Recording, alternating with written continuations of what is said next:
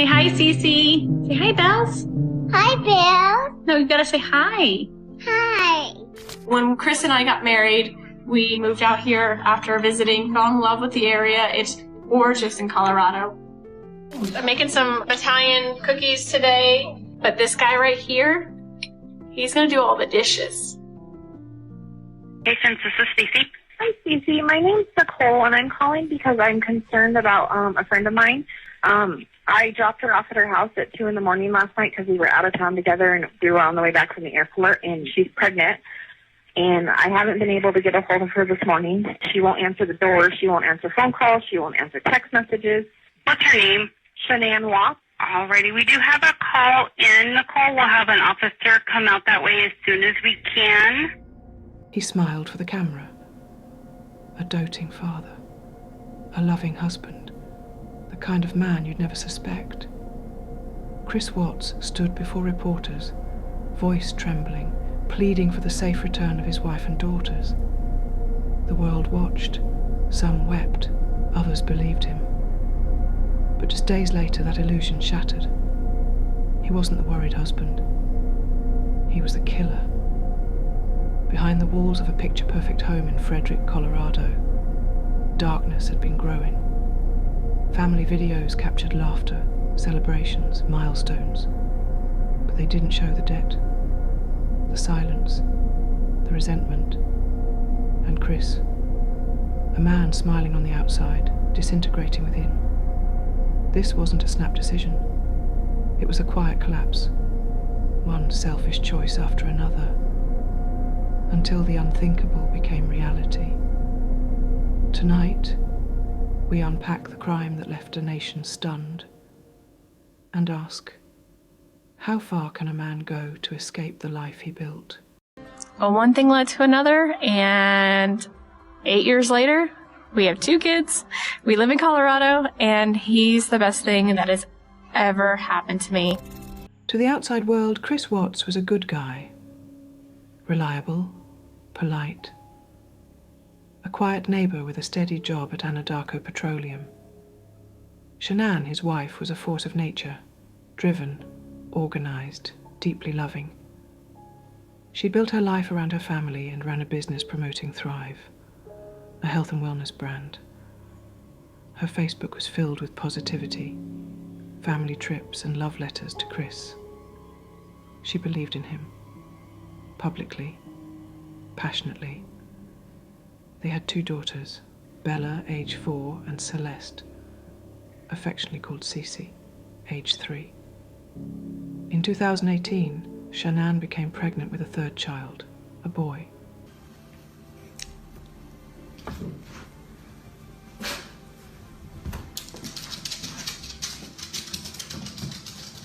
We did it again. I like that shirt. Really? Really? That's awesome. So pink means... That's just the test. I know. It's just the pink is going to be girls. I don't know. Just the test. That's awesome.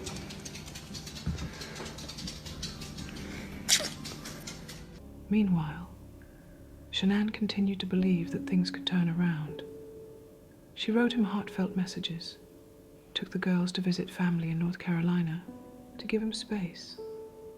She was still planning for the future. He was planning an escape. Chris met Nicole Kessinger at work in June 2018.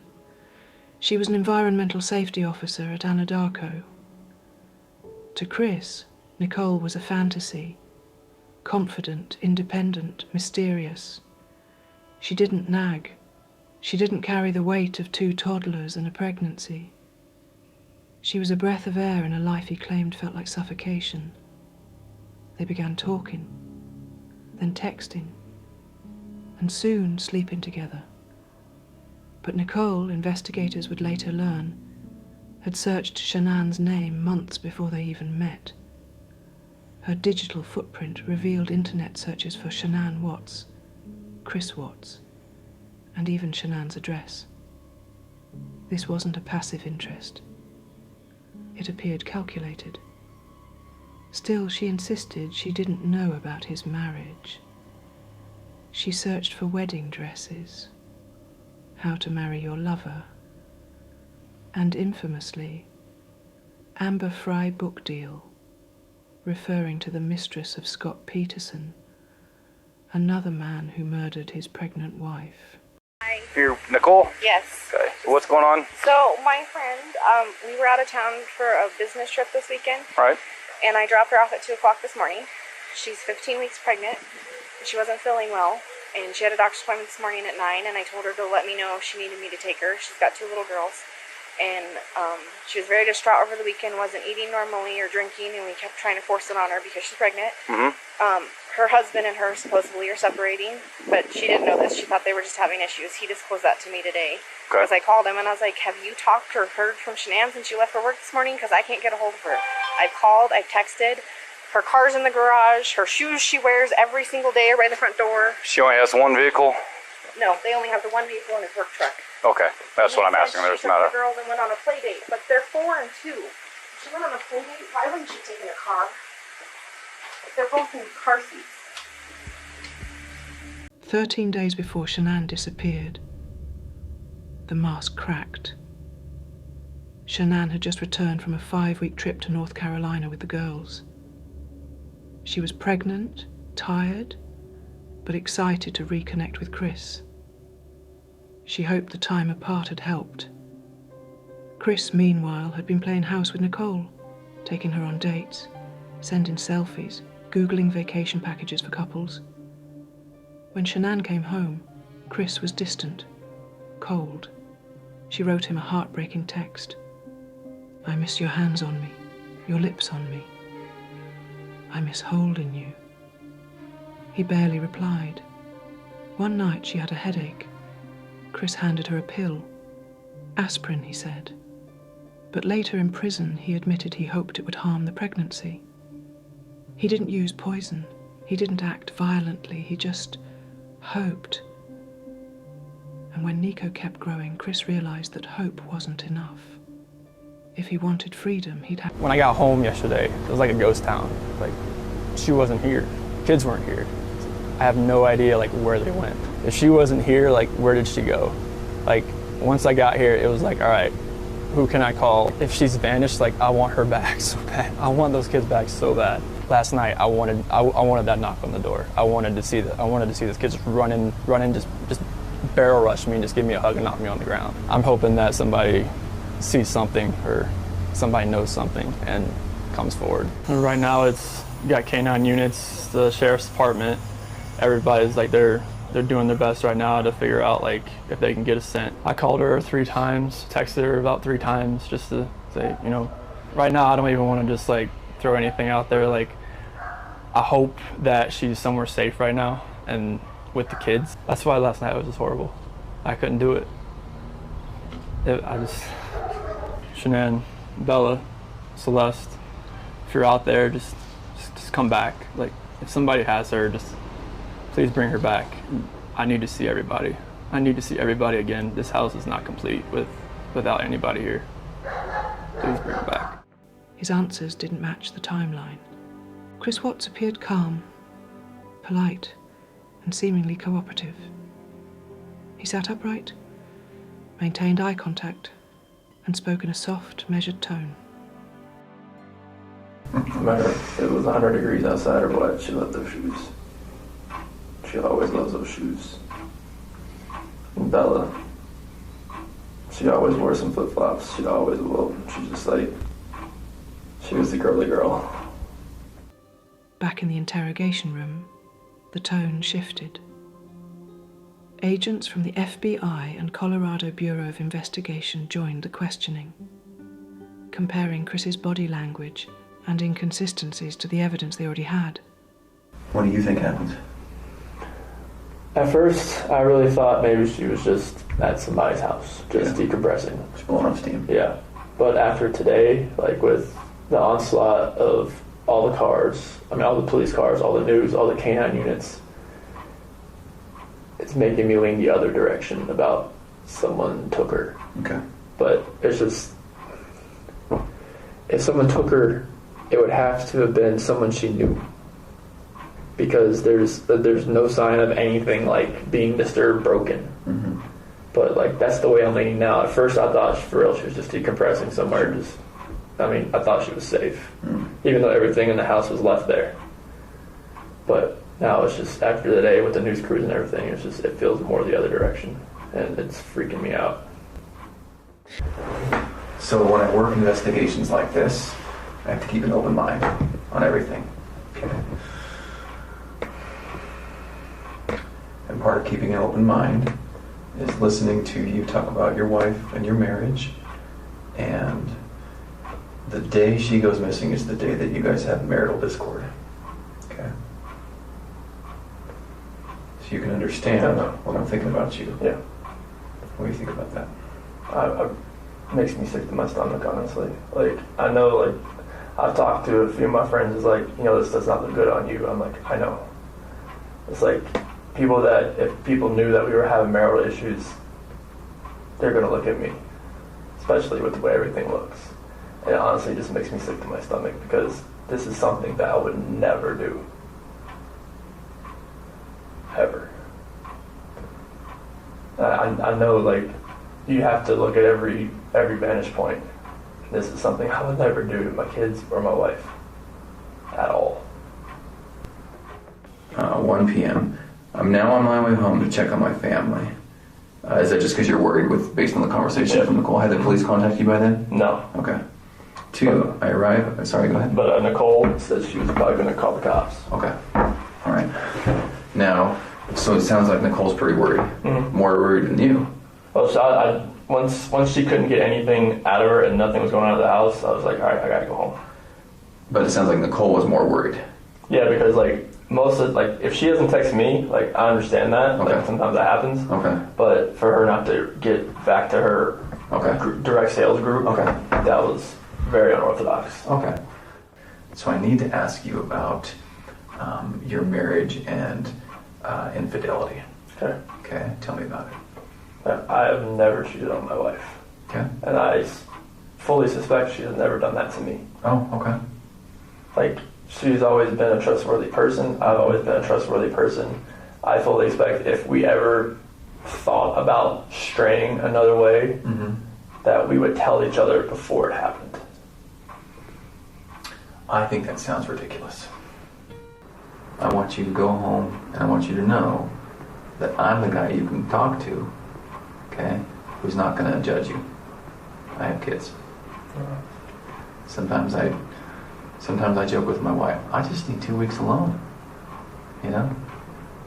Like when you told me about your 4 to 5 weeks alone, I was like, wow, that sounds like a slice of heaven, right? Sometimes it's a bit much. Okay? I want to talk to you again tomorrow. Okay? I want you to get a good night's sleep and a good breakfast and a good workout, whatever you got to do, whatever you're... In his first confession, Chris Watts claimed he killed Shanann in a moment of rage, but not without reason. He told detectives that after they argued about the state of their marriage, he went downstairs to collect himself. When he returned to the bedroom, he said he looked at the baby monitor and saw something that changed everything. According to Watts, Shanann was on top of one of the girls. He claimed it was Celeste and appeared to be choking her. He said he panicked, rushed into the room, and in a blind rage, strangled Shanann to stop her. He then claimed he transported all 3 bodies to the oil site, out of fear and desperation. This version of events was a lie, a desperate attempt to deflect responsibility by portraying Shanann as the aggressor and himself as a grieving, protective father pushed to the edge. Investigators quickly found inconsistencies in his story. There was no evidence that Shanann had harmed the children. The autopsies of Bella and Celeste showed they died by smothering, not strangulation.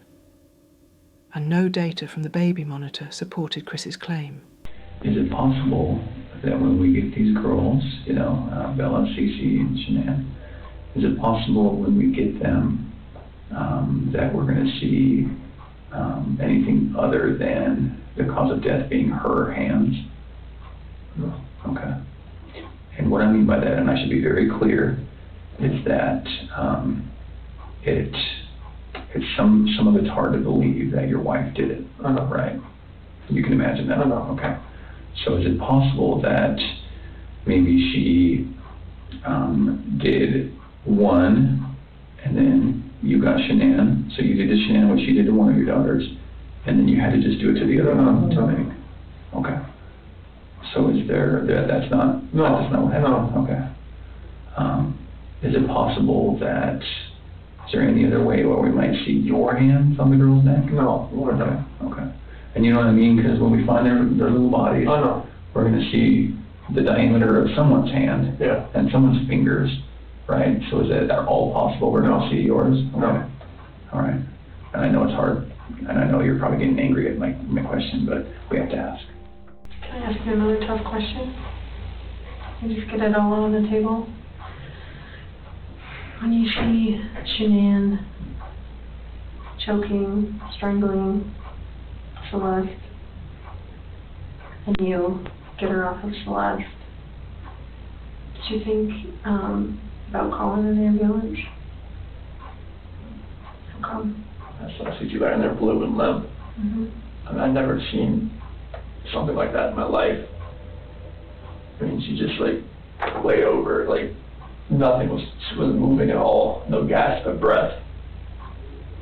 So, she was totally just blue.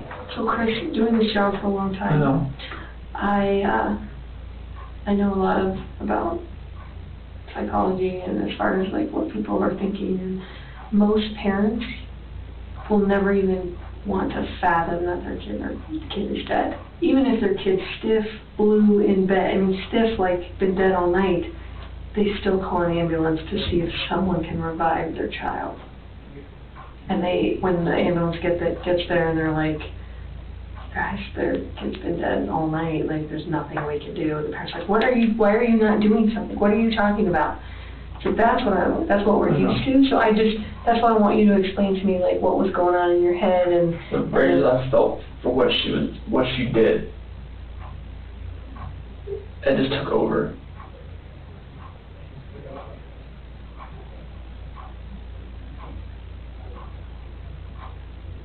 But you see that I kind of understand. I see where you're coming from. Most parents would still try and call. I see where you're coming from.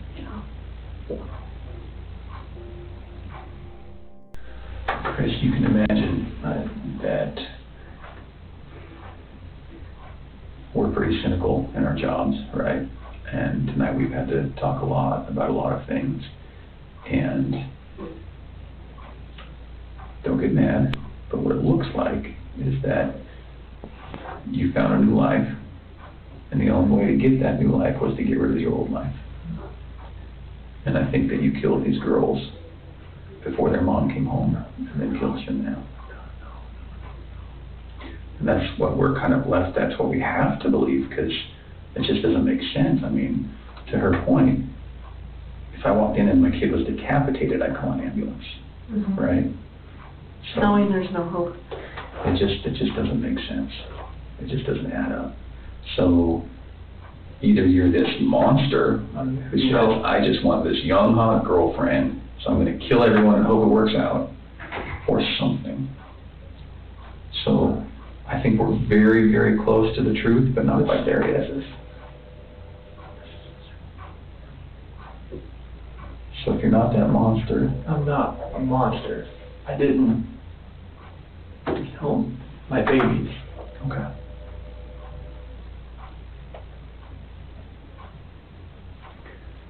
So,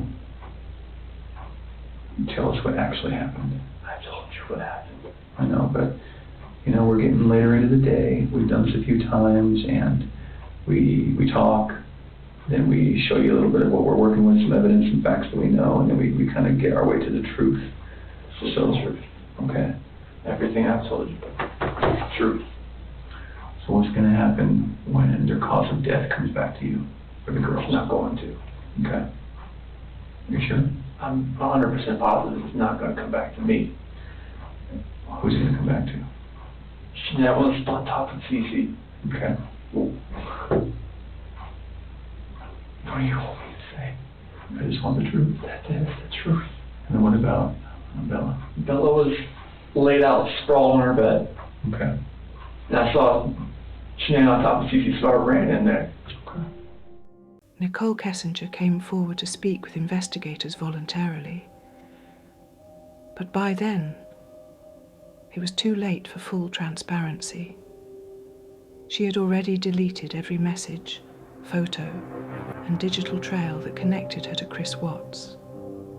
According to District Attorney Michael Rourke, this preemptive erasure severely limited what law enforcement could recover. What remained, however, was troubling. Nicole claimed she didn't know Chris was married at first, but investigators found email exchanges between them that predated their affair. Messages in which Chris talked openly about family responsibilities and frustrations. She also told law enforcement she wasn't really that into him. He didn't have a wedding ring on his finger. And every time I talked to him, he didn't tell me that he was in a relationship. He didn't even mention his kids right away either. And then one day he told me that he had 2 kids. I was like, that's pretty cool. And started telling me about his kids. That sounded like a sarcastic comment. No, I thought it was kind of cute. I was like, oh, he's a dad. It was like right around Father's Day too. So whenever that is that in June? Nicole denied knowing Shanann's name, the children's names, or anything about Chris's family. But her browser history told a different story, even before she started officially working at Anadarko. She'd already searched for Shanann Watts, Chris Watts, and even viewed Shanann's Facebook, which featured photos of her with the girls and clear references to her marriage. Oddly enough, Nicole began developing interests that mirrored Chris's: car museums, drag races, and topics he frequently talked about. To some, this felt like natural attraction. To others, it looked like strategic mirroring. The day after Shanann and the girls went missing, Nicole searched, can police trace text messages?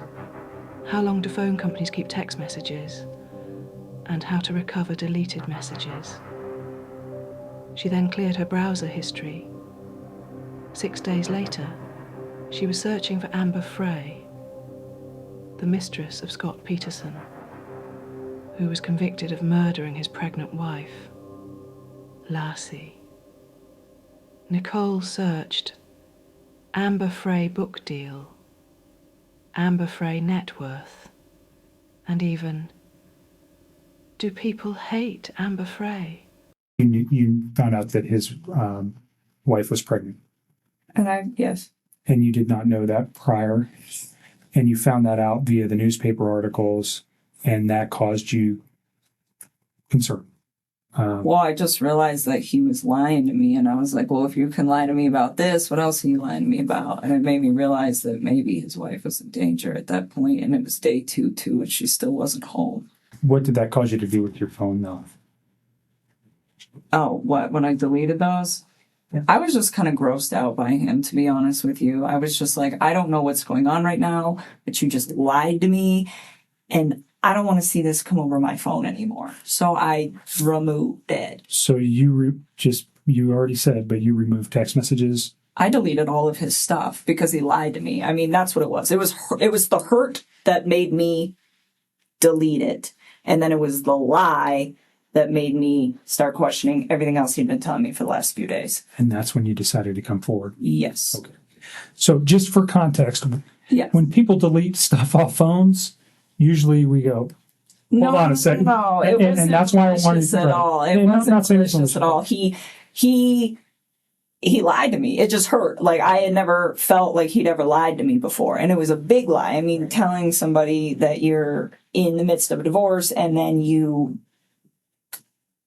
have a wife that has a 15-week-old baby on the way is a huge, huge thing. And I was very taken back, and it was hurt. And so at that point, I I like deleted it. I had a few more quick things to say to him, and then I just got rid of him. That's literally what I did. I just cut him out of my life. It would have honestly been like a bad breakup kind of thing. Like, if none of this other stuff would have happened, that's what it would have been. That would have been the end of it. The information was not destroyed because there was anything in there that would be harmful to you or potentially to Chris at this point, but harmful to you in particular. That's not what you did. You did it out of, excuse my language, this guy's an asshole, so I'm getting rid of him, and I'm getting this stuff off my phone. That was like me kicking him out of my life. Okay. And then, like I said, and then realizing that he lied, that was when I was like, okay, maybe his family is in danger and they're not coming back and they're not staying with a friend. She also claimed she didn't remember much about the timeline of their relationship, conveniently forgetting key conversations. For instance, when Chris allegedly told her Shanann's pregnancy wasn't his. To some, that's an attempt to avoid guilt by association. To others, it simply damaged control from a woman whose affair turned into a national scandal. Though law enforcement ultimately stated that Nicole had no prior knowledge of the murders and was not involved, the public remains divided. Her actions, deleting data, withholding information, and making misleading statements, continue to fuel speculation. That evening, Chris Watts sent a text to a co-worker, casually insisting that he would handle the job at Survey 319 on his own the next morning. "I can go out there, though. No sense in both of us going out there, LLL," he wrote, brushing off the offer of help. His co-worker had initially planned to visit the site himself, even texting, "I was going to head out there first thing tomorrow to check out the 319. But Chris cut that short, making sure no one else would be there. On the surface, it sounded like routine coordination. At 10:10 p.m. that night, just hours before Shanann arrived home, Chris placed an 11-minute phone call to Nicole Kessinger. The subject of that call remains unknown, but it was their last conversation before everything changed. Chris's phone held more secrets. Behind a calculator app was a hidden vault. Photos of Nicole, love notes, hotel reservations, a second life encrypted and invisible. He documented the betrayal he planned to erase. According to Chris Watts himself, despite his initial claims that the murders were a spontaneous act of rage, he later admitted in prison letters that he'd been planning to kill his family for weeks. He thought about it during his daughter's birthday party the day before. He knew it when he tucked them into bed that night, thinking, "This is the last time I'll be saying goodnight to my babies." In those same letters written from prison to author Sharon Cadle, Chris described how, early on the morning of August 13th, he went into each of his daughter's rooms and attempted to smother them using pillows from their beds. Then, he returned to the master bedroom, where Shanann had just come home hours earlier. They argued. He told her he was having an affair, that he no longer loved her, and that he wanted to separate. Shanann was shocked, then furious. She told him that if he left, he would never see their children again. That, Watts claimed, triggered something deep within him. Years of resentment, frustration, and hatred all boiling to the surface. He strangled her. He said he considered stopping, but didn't, convinced that it was the only way to be with Nicole Kessinger. He added that Shanann never fought back, which he took as a sign that she had given up. In one letter, he also claimed he may have given her a narcotic prior to the murder, but later retracted that statement. After killing Shanann, Watts began wrapping her body in a bedsheet. At that moment, Bella and Celeste woke up and walked into the room. They were crying and asking what was wrong with their mother. Chris said he felt no desire to comfort them. Dragging Shanann's body down the stairs was difficult, and it deeply upset the girls. That, he wrote, is why he originally intended to kill them first, so they wouldn't have to see it. Still, he put Shanann's body in the back of his work truck, then told the girls to come along. They followed, carrying their blankets and stuffed animals. Bella even asked, "Don't we need our car seats?" Chris told her it was fine, just this once. He was shaking with rage. He described the feeling as years of bottled-up anger finally released. The drive to Survey 319 took just over an hour. Once there, he smothered Celeste with her blanket in the back seat, then climbed the metal stairs of the oil tank and forced her body through the narrow 8-inch opening into the vat of crude oil. Watts said he was surprised by how little he felt. "I felt nothing," he wrote. "Just let her go." He returned to the truck where Bella was waiting, scared, trembling. She'd seen him drop Celeste's body into the tank. She asked, "Are you going to do the same thing to me that you did to Cece?" He didn't answer, but he knew the answer. She cried, "Daddy, no!" as he smothered her. She was the only one who fought back. Autopsy reports showed she bit her tongue and tore the inside of her mouth.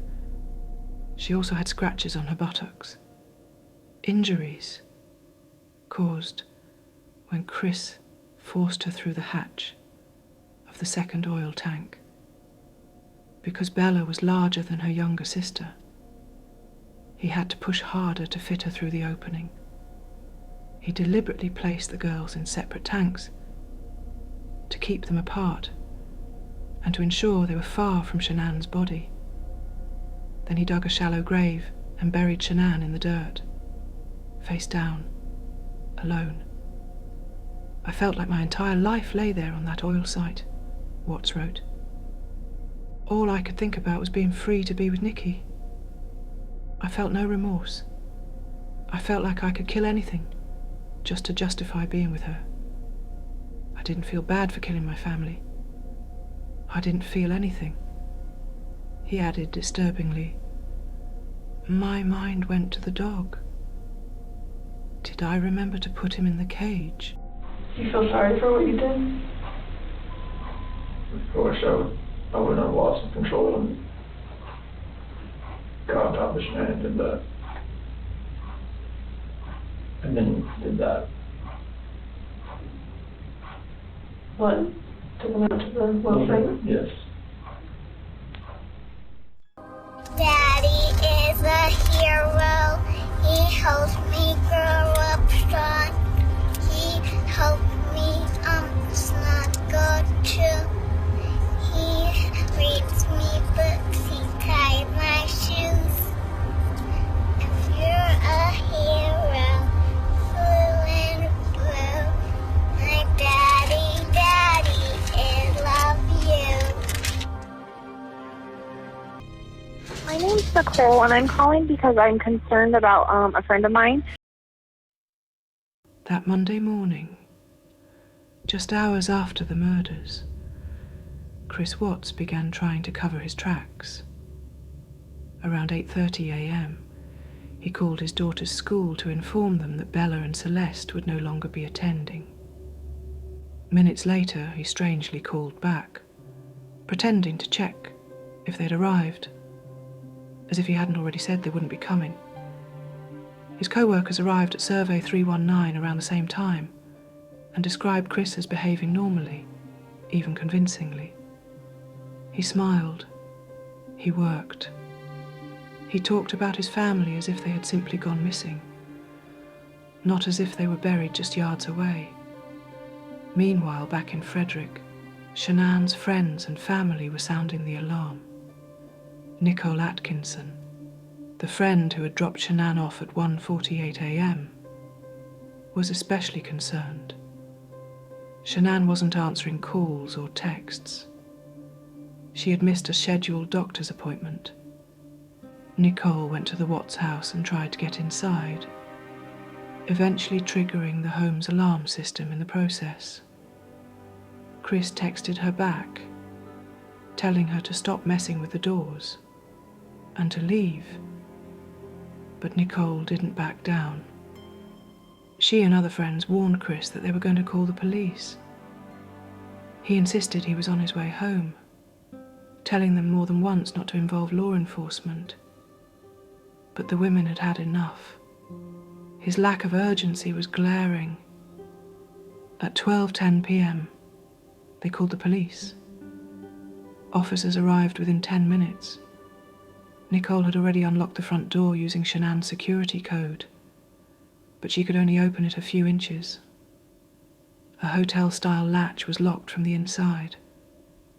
Still, instead of urging police to break through the partially open door and search for his wife and children, Chris told them he would be home in 5 minutes. He arrived shortly after, entering the house with police, Nicole, and her son. Together, they searched for any trace of Shanann, Bella, or Celeste.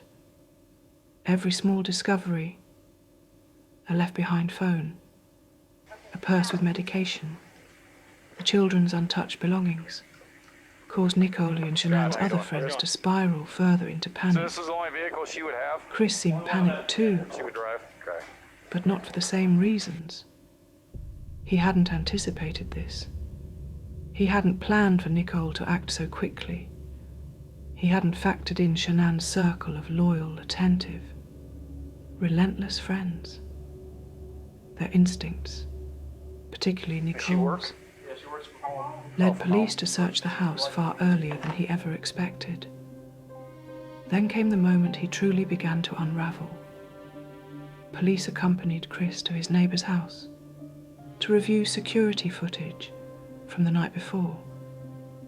The neighbour, suspicious of Chris from the start, showed the officer video of Chris backing his truck into the garage in the early morning hours, loading it for several minutes.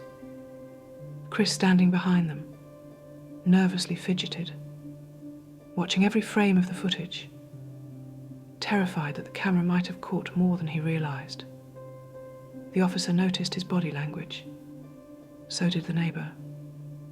After Chris left, the neighbour turned to police and said, "He's not acting right. Something's off." That evening, with no sign of Shanann or the girls, an officer called Chris to follow up. Chris admitted to cheating. He said maybe Shanann had taken the kids and left in anger. But his version of events, like the mask he had worn so carefully, was beginning to crack. You guys having any kind of issues, marital issues, or? We're going through separation. You are? Did you guys file it yet or anything, or just talking about No, we're gonna sell the house and do a separation. it? How's that going? It's going Civil for the most civil, part, or? yeah. She tell you anything about leaving, moving out? Not moving out. I mean, the last time I talked to her was this morning. She said she was going to take the kids to a friend's house, and that's where she was going to be. And then I've texted her today. I've never heard anything. But the car's here. Right. Are here. Unless somebody came and picked her up. But the people that I know, nobody's heard from her. Nobody's seen her. Right. To Chris. Chris backing up his work truck to their garage at 5:18 in the morning and loading something up in it. And that's when my mind went bad, like really bad, because what would he be loading up at 5:18 in the morning? And Shanann yells at him, and he doesn't go out the garage because the garage is right below the girl's bedroom, and it would wake them up. Toward the end of the interview, she shared a speculation. Like, if it was a crime of passion, I honestly think to God he'd strangle her. Only because she already has the neck issue. I mean, I don't know. What was that from? She had I don't know if it was I don't know if it started out as a slip disc but it was a degenerative disc, and they went in and fused some stuff. My water jugs, my book bag, my computers, some of the tools that I had from the toolbox. I knew I was going to have to do some pumping into rubbers today. That's why I was out so far. Detective just showed up, so he'll probably want to talk to you. He'd probably, like I said, he might have you call at the bank and see if there's any kind of activity. Because if there was any sort of action out there, his cameras, I would have got it. Like right. We had issues the other week when people were stealing stuff out of like garages and stuff like that, and I had parked my truck. I had here. to park right here. Yeah. So I could see where someone tried to jimmy with a flathead screwdriver over there, and it was just like. But if any action would have happened, any cars or anything left your house, I would have. It would have been like right in that area. It should have picked. Oh, it'll pick up anything coming down the street this way. You know where that tree there is? Oh yeah. Okay. All right, appreciate your time. Yeah, no problem. Thanks. Hopefully something comes up here. Yeah.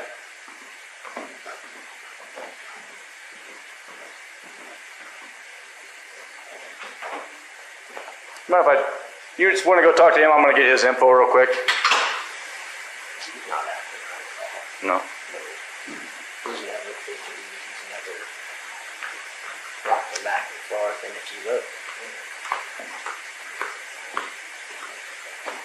he never loads his stuff in and out of the garage ever. Right. He doesn't look worried. He looks like he's trying to cover his tracks. You know what I'm saying? Right. And if he's loading his stuff, why isn't he walking back and forth? But I can't see what he's doing in the back of the truck because he pulled into the garage. Yeah. And he knows my camera's there. No, I'm just saying it's kind of odd that he pulls his truck back behind my camera. And he never backs his truck into the driveway. And he's right. You can ask them. He's normally quiet, real subdued. He's over here telling you 3 times what he took out, what he did. He's very, he never talks. So the fact that he's over here blabbing his mouth makes me kind of suspicious. On August 15th, 2018, Chris Watts voluntarily underwent a polygraph examination at the Frederick Police Department. There's actually only 2 ways you can fail a polygraph, okay? The first way would be if you fail to follow my instructions. I'm going to give you a lot of instructions today about how to sit still, how to answer questions, things like that. So if you fail to follow those instructions, you will not pass today's test, okay? The second way would be if you choose to lie to me today. Obviously, this is about 100% truth. Even if there's, something that you didn't tell the investigators, since Monday, I guess, is when the police were involved. If there's something that you didn't tell them since Monday, that is totally fine. I get it. People aren't going to remember every single detail every time they talk to someone. As long as you tell me what the truth is today, you will have no problem with passing, okay? I promise you that. And obviously, I hope that, if you did have something to do with their disappearance, it would be really stupid for you to come in and take a polygraph today. Exactly. Right? It would be really dumb. You should not be here right now sitting in this chair if you had anything to do with Shanann and the little girl's disappearance. Okay? Okay. The test was administered by Colorado Bureau of Investigation, CBI agent Tammy Lee, with FBI Special Agent Graham Coder present. Prior to the test, Watts was informed of his rights and signed consent forms. Agent Lee explained that the polygraph would focus on 3 key questions. Did you physically cause Shanann's disappearance? Are you lying about the last time you saw her? Do you know where Shanann is now? Watts answered no to all 3. However, the polygraph results indicated deception in his responses. Agent Lee later stated that a score of -4 or below is considered deceptive. Watts scored -18, indicating significant deception. When confronted with the results, Watts responded with a simple, "Okay," maintaining his innocence. Investigators then pressed further, suggesting possible scenarios, including the idea that Shanann might have harmed the children. So you obviously are a really bad liar. Have people told you that before? Like the second you tell a lie, like they can tell like on your face that, because the second you lied to them, number 3, like I don't know if you heard me clicking, but I had to like turn down the sensitivity because you were starting to go off the page. So that is what I need to see as a polygrapher, because that tells me that you know it's wrong to tell a lie. And you're actually having a significant reaction when you lie, so that is awesome. So thank you for being a horrible liar. So that's a good thing. That's a good thing. We don't want to be good liars, so thank you for being a horrible liar. The test is about to begin. Please remain still. Do you know where Shanann is now? No. So it is completely clear that you were not honest during the testing, and I think you already know that. You did not pass the polygraph test. Okay. Okay. So now we need to talk about what actually happened. And I feel like you're probably ready to do that. I didn't lie to you on that polygraph, I promise. Chris, I know. Stop. It's time. Just stop for a minute. Take a deep breath. I want you to take a deep breath right now.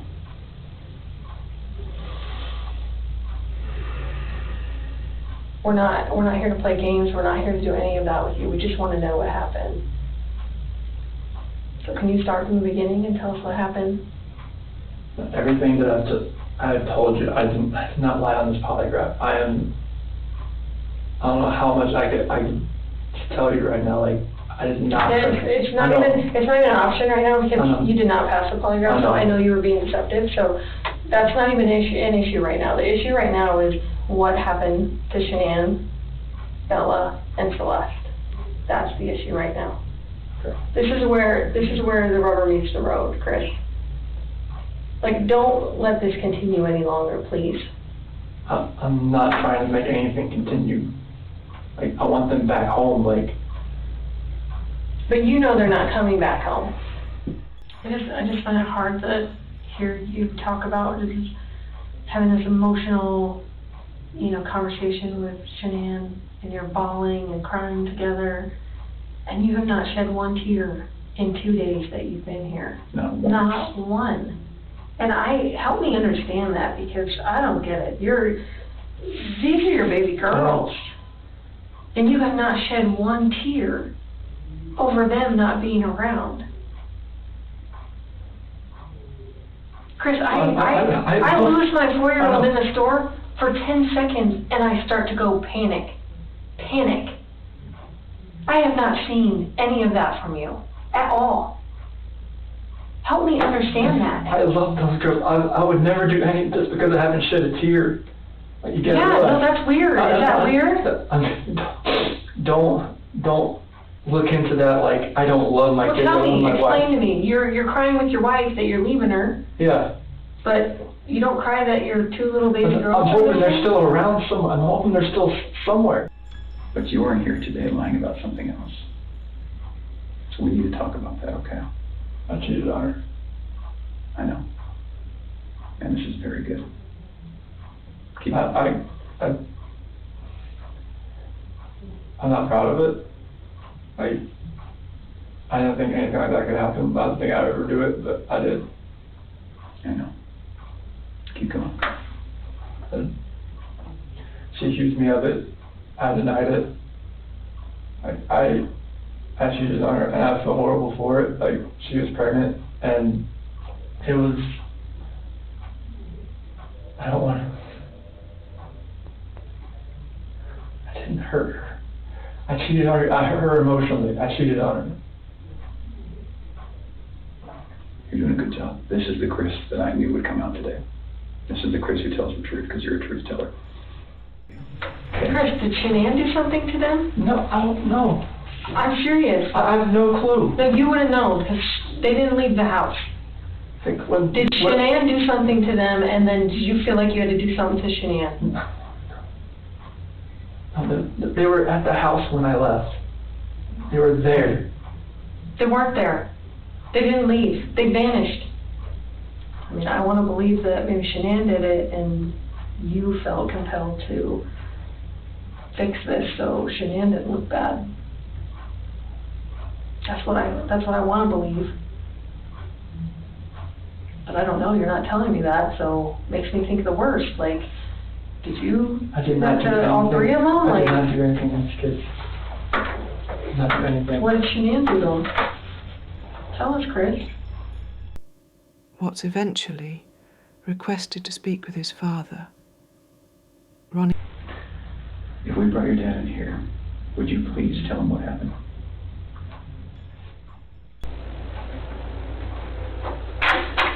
Hey, Chris, we're gonna let you have however much time you need, okay? Okay.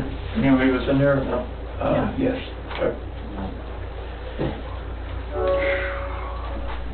Tell us how long anything, or? And this polygraph failed it. Is there any reason why they shouldn't mention that? They know I had an affair. And they know. I can't complain about that. Anything else you want to tell me, what's going on, or what might have happened, or anything, or you know anything about? I don't want to protect her. What? I don't want to protect her. You don't want to protect her? She hurt him? Yeah. And What now? I thought not her. You hurt her. So she killed OCC and choked him to death.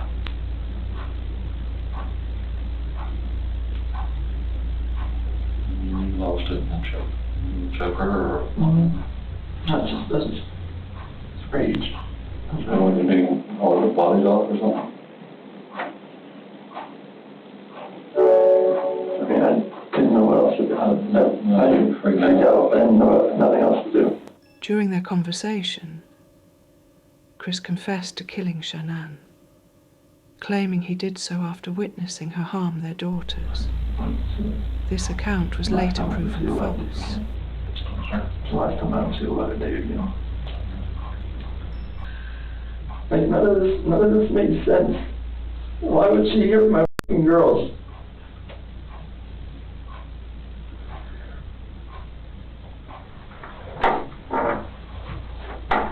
So, Chris, are they in something? Are they under the ground? Like,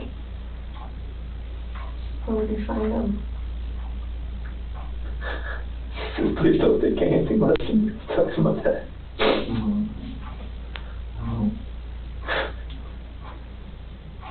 Are they all three out there, Chris? Yes. Okay. Are they down in something? Are they under something? In something? I didn't know what else to do. I know, but someone would did. I know. I didn't know what else to do. I was so scared. I know. It's like, my wife just did this, and I just did that. What do I do? Right. Or anything that I would do from there was just going to be just insensitive and just a horrible thing. You were in a tough spot. I mean, what can you do, right? Would you prefer that maybe one of your coworkers? Oh my God, no. Okay. I can't have that.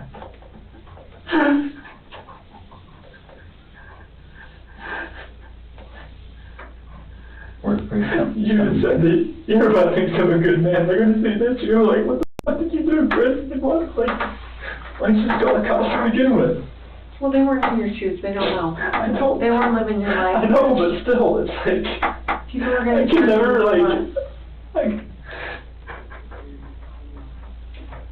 We'll just go little steps at a time. How about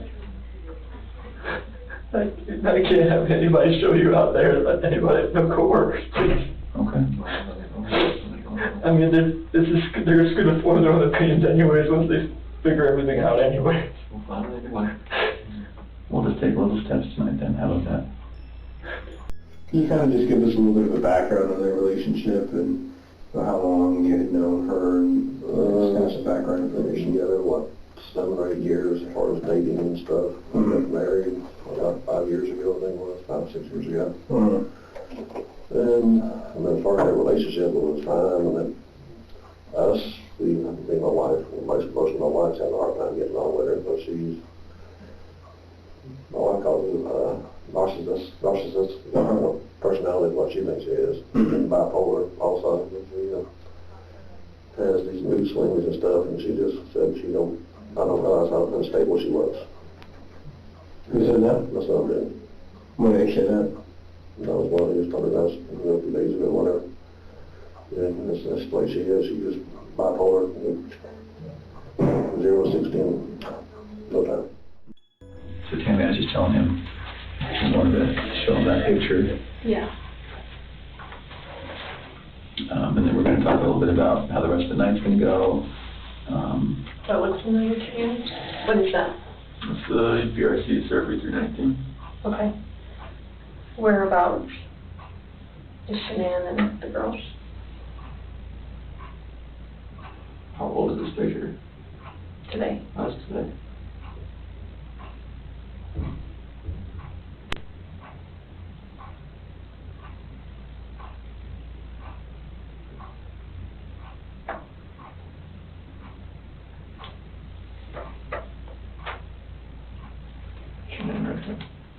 Okay, can you mark it for me?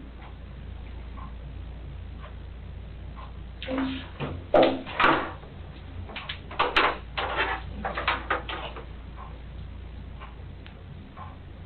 I think it's the paper, it's just Maria.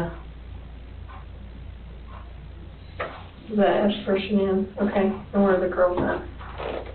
Here. In these? Mm-hmm. So which one is, do you know which one?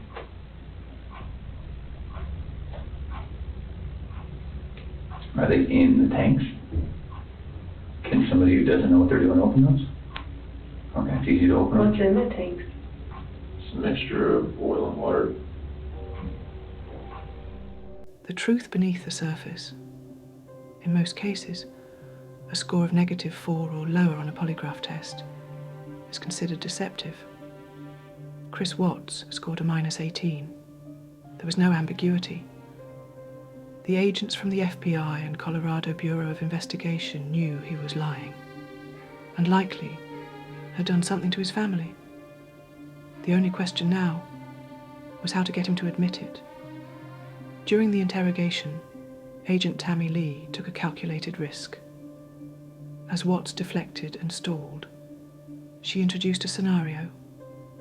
What if Shanann had hurt the girls?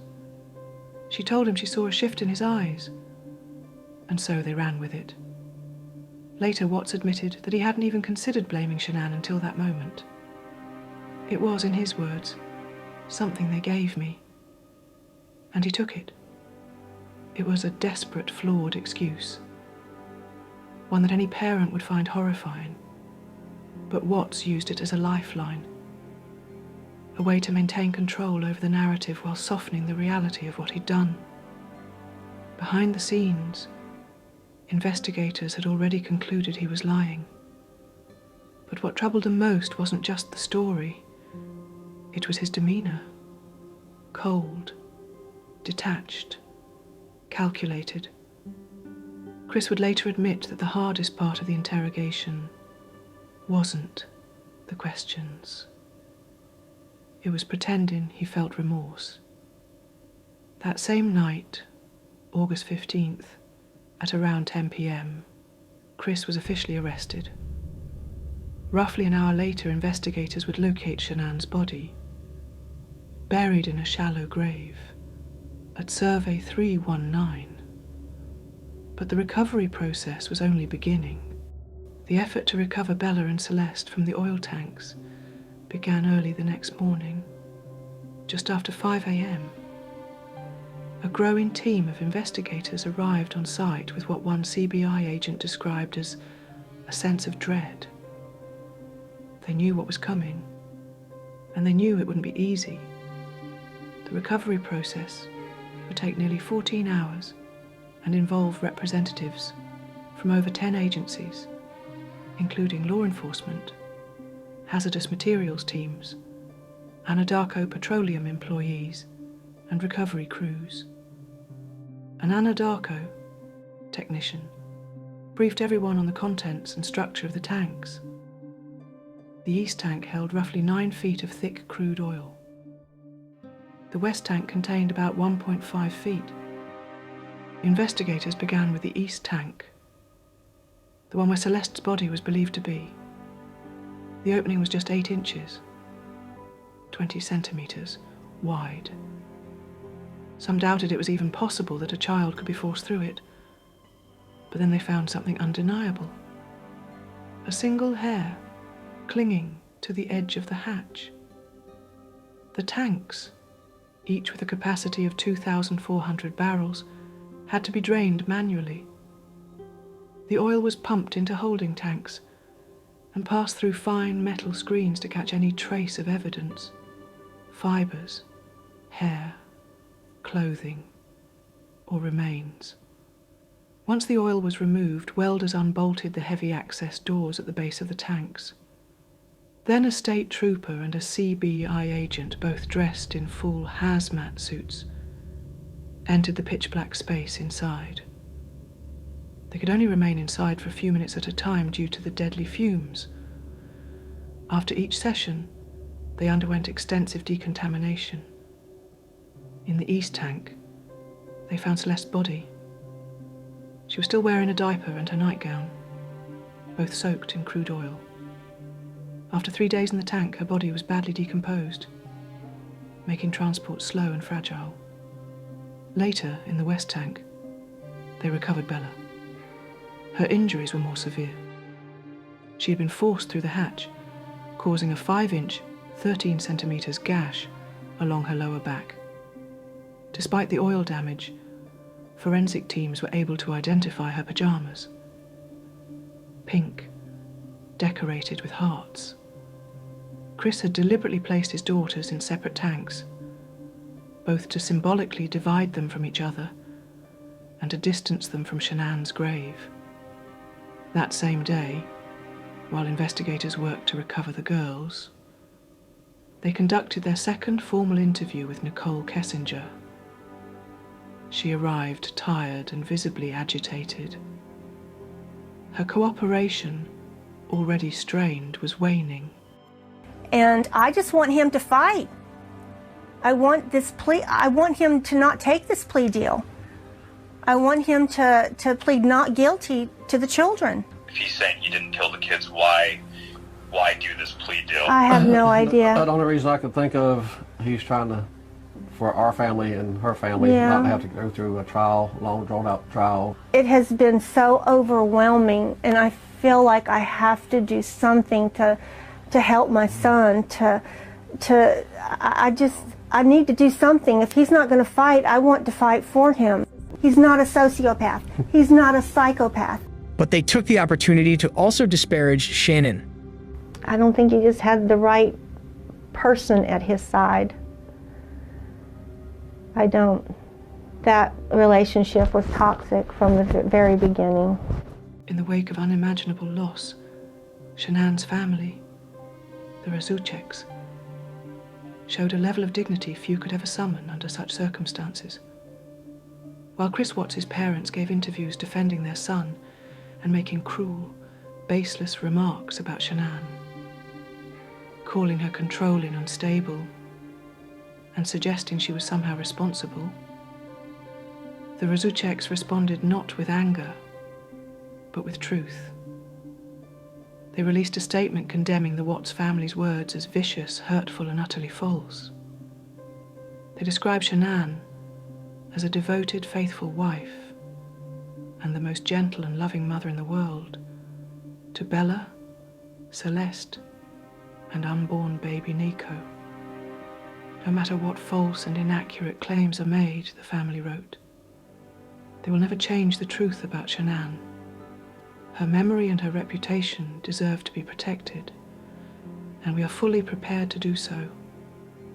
Their words echoed not only grief, but a strength rooted in love and justice.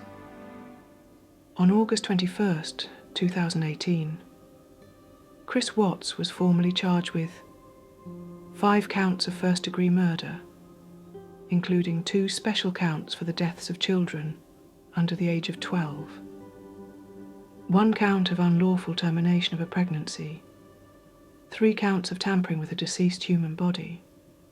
There would be no trial. Before sentencing, the Razucheks made one thing clear.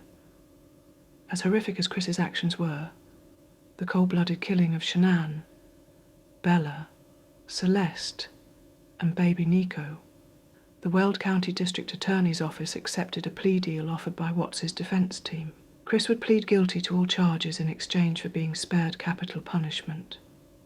In this case, has in fact respected the Victim Bill of Rights. They took the time to explain that the information that my clients had at the time that they were interviewed was not correct. They were misinformed. They were searching for answers.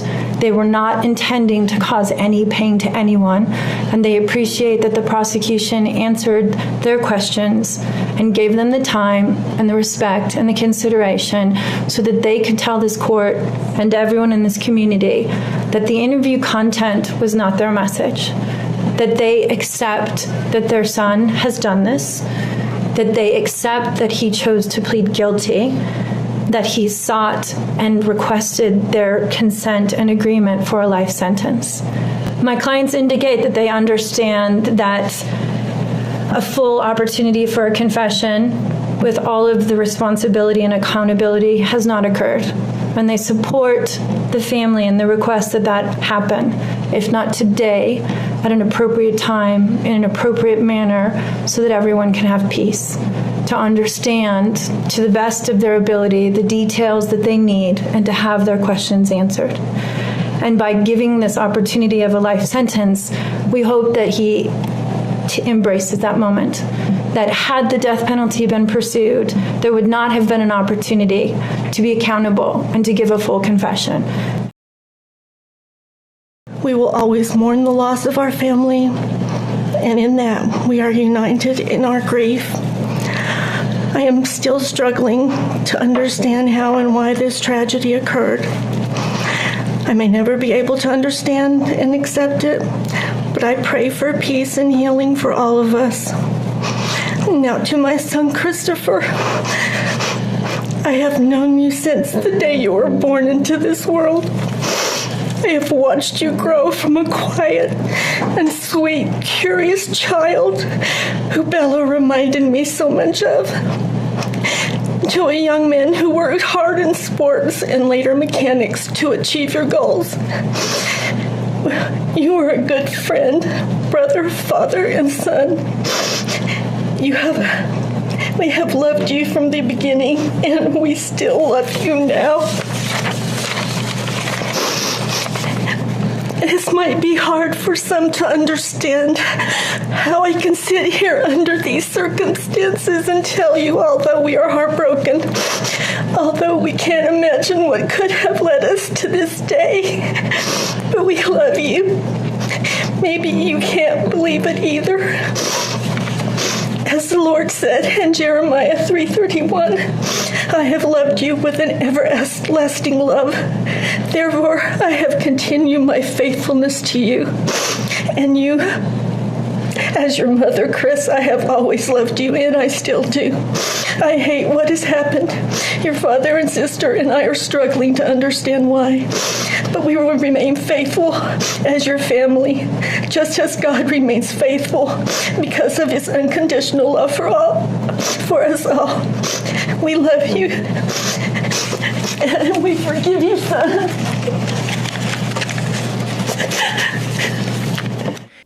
Before the court accepted the agreement, who dare you take the lives of my daughters Shanann, Bella, Celeste, and Nico?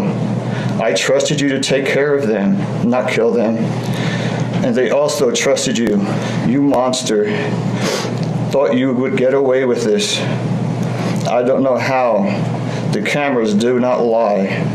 You carry them out like trash of the house. Yes, I seen the videotape. You buried my daughter Shanann and Nico in a shallow grave, and then you put Bella and Celeste in huge containers of crude oil. You heartless monster. You have to live with this vision every day of your life, and I hope you see that every time you close your eyes at night. Oh, I forgot. You have no heart or feelings or love. Let me tell you something. I will think of them every day of my life, and I love them every day of my life. Prison is too good for you. This This is hard to say, but may God have mercy on your soul. I hope you enjoy your new life. It's nothing like the one you had out here. Love you, Shanann, Bella, and Nico. Love you, Pop and Dad. And one other thing. And Shanann says she is super excited for justice today. Thank you, Your Honor. The Razucek family addressed Chris directly. He has asked me to read his statement for him, but he would like to stand with me if that's okay. Of course. You went from being my brother, my sister's protector, one of the most loved people in my family, to someone I will spend the rest of my life trying to understand. What gave you the right to put your hands on a woman, let alone my best friend, my beloved sister, your daughters, and your son? Why weren't they enough for you? In the blink of an eye, you took away my whole world, the people that mattered to me the most. Everything in my life I loved, your children. They trusted you. They loved you. They looked up to you because you promised to keep them safe. Instead, you turned on your family. My blood is boiling as I write these last words because they are the last you will ever hear from me. I can't even think of the right words to describe the betrayal and the hate I feel. And to be honest, you aren't even worth the time and effort it takes to put my pen to this paper. There isn't a day that goes by that I don't cry for my family. They were my whole world. All I do is ask myself why. Why would you do this? You don't deserve to be called a man. What kind of person slaughters the people that love them the most? Did you really think you would get away with this? Did you really think that this was your best option, to throw away your family like they were garbage? They deserve better, and you know it. I hope you spend the rest of your life staring at the ceiling every night, being haunted by what you've done. Shanann, Bella, and Cece loved you more than anyone. You were their hero. How could you destroy the people who loved them the most? I pray that you never have a moment's peace or a good night's rest in the cage you'll spend every day of your life in. A cage you are privileged to live in because my family isn't evil like you. My life will never be the same because of you, but at least my conscience is clear. I get to live free, but I can't say the same for you. I haven't slept in 2 days because I've been anxiously waiting for this moment, the moment I get to tell you how I feel, how this has affected my family and I. My family and I can finally grieve after today. If anything, we will come out of this stronger today than we were before, and we will continue to pray for your family. Sincerely, Frankie Rusick. My name is Sandra Rusick, Shannon's mother. I wanted to say thank you for this moment. I want to take a moment to thank everyone who has prayed for our beloved family, who had sent gifts, cards to us from all over the world. I know God will put the evil people where they need to be. I also want to take the time to thank the town of Frederick, Greeley, FBI, the DA's office, the CBI for exceptional work. We thank Nicole Atkinson, Shannon's neighbor Nathan, and his family. To me, they're our heroes. They really are. God bless. God makes no mistakes on who he puts in your life. Marriage is about love, trust, and friendship and unity. Our daughter Shanann loved you with all of her heart. Your children loved you to the moon and back. Shannon's family was her world. Shanann put a crown on your head. But unfortunately, the day that you took their life, God removed that crown. We loved you like a son. We trusted you. Your faithful wife trusted you. Your children adored you, and they also trusted you. Your daughter Bella Marie sang a song proudly. I don't know if you got to see it, but it was, "Daddy, you're my hero." I have no idea who gave you the right to take their lives.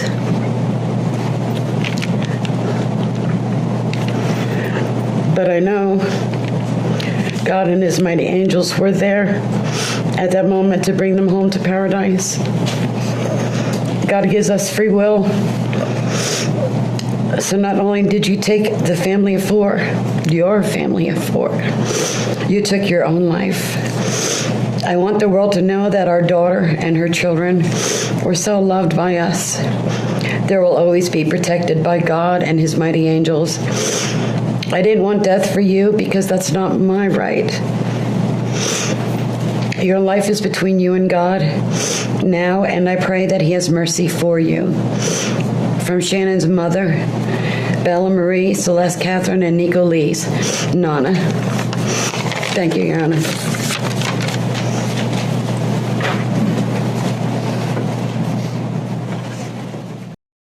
What they said was not vengeful, but heartbreaking.